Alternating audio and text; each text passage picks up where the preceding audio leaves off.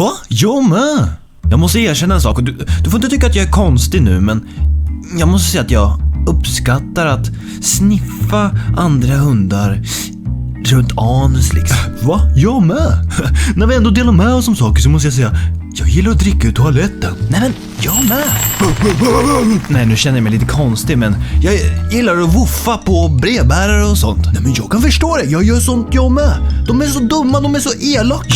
Ja, man vill att de ska vara döda liksom. Ja men exakt. Men du, vad tycker du om skinka? Fett gott såklart. Ja, fett gott, eller hur? Vi går och handlar skinka tillsammans. Ursäkta butiksbiträdet, en skinka tack. Ska ni ha 2 eller 3 skinkor? Aj, jag hatar katter. Fan, jag med. Inga skinkor till er. Nej, vad oförskämt.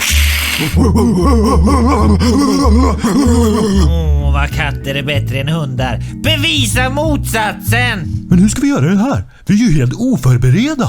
Freestyle. Du önskar du var hund som jag.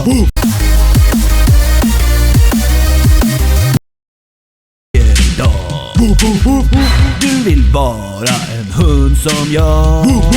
Skälla, slicka, hunden bra. Sån talang kan inte ens jag förneka. Här har ni skinkan och en record deal på $2 miljarder.